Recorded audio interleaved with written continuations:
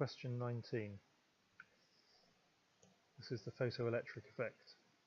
So, electromagnetic radiation on a zinc plate, electrons are emitted from the surface. When weak ultraviolet is used, they are not emitted when a strong, intense, visible light is used. Explain these observations. 4 marks. You need to mention 4 things. 1 mark for mentioning photons. Literally, mention it. 1 mark. There is a 1-to-1 interaction between the photons and the electrons. 1 mark. The energy, is independent of the intensity. If you want to put that in an equation, energy, remember, equals hc over lambda, or hf. Here we're going to talk about wavelength, so hc over lambda. That's the energy per photon. You need to know, finally, for the fourth mark, that the energy per photon for UV is greater than the work function.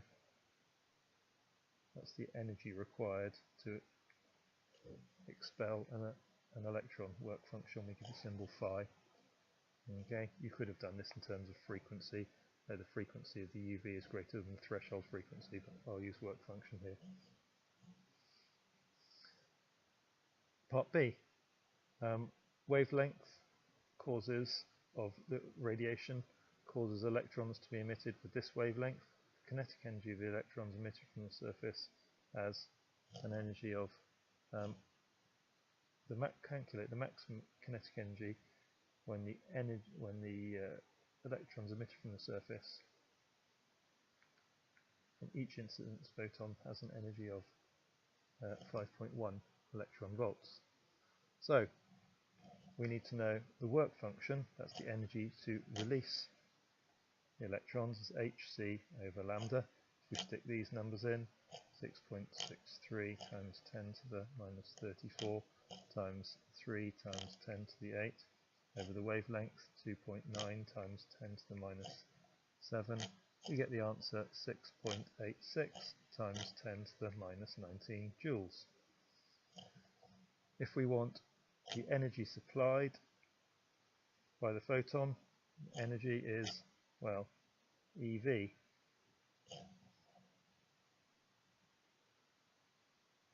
And that's just going to be equal to 5.1 times 1.6 times 10 minus 19. That comes out as 8.16 times 10 to the minus 19.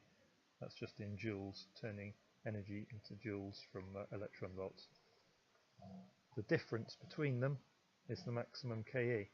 Max KE is simply the energy supplied, take away the work function, the energy needed to release it. That's the maximum amount of energy you've got spare. If you work out that's just going to be 1.3 times 10 to the minus 19. This number, take away this number. Okay, joules, 3 marks. Part C. Radiation is incident on a metal plate. Photoelectrons are emitted. If electrons are emitted, they're going to be attracted to a charged plate. It says the metal plate and electrode C are both in a vacuum. The electrode C is connected to the negative terminal of a power supply. So electrons, will be attracted to this plate here. In other words, a current will flow. There was a potential difference, a voltage between these 2 points here, between the metal plate and C.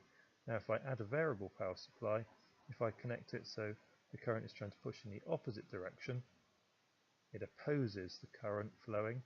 If I match the variable power supply's voltage with the potential difference from the photo tube here, then current will stop flowing, ammeter will read 0, and the voltage, these two voltages at the point where those are both equal.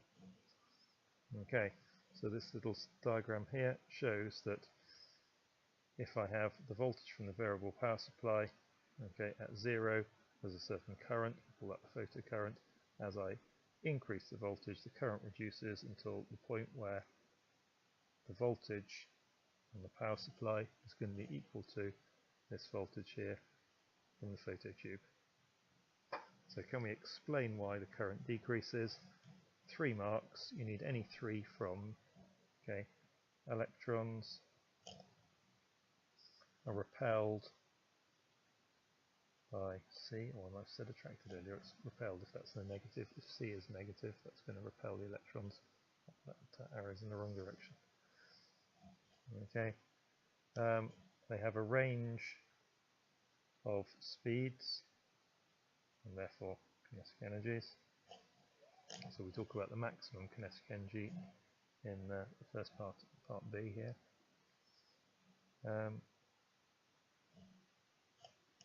As the voltage increases, okay, the slower electrons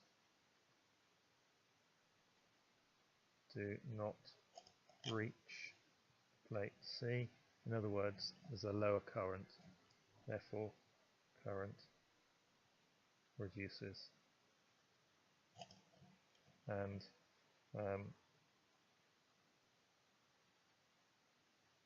at about, what is it, about 2.2 volts, current is equal to 0.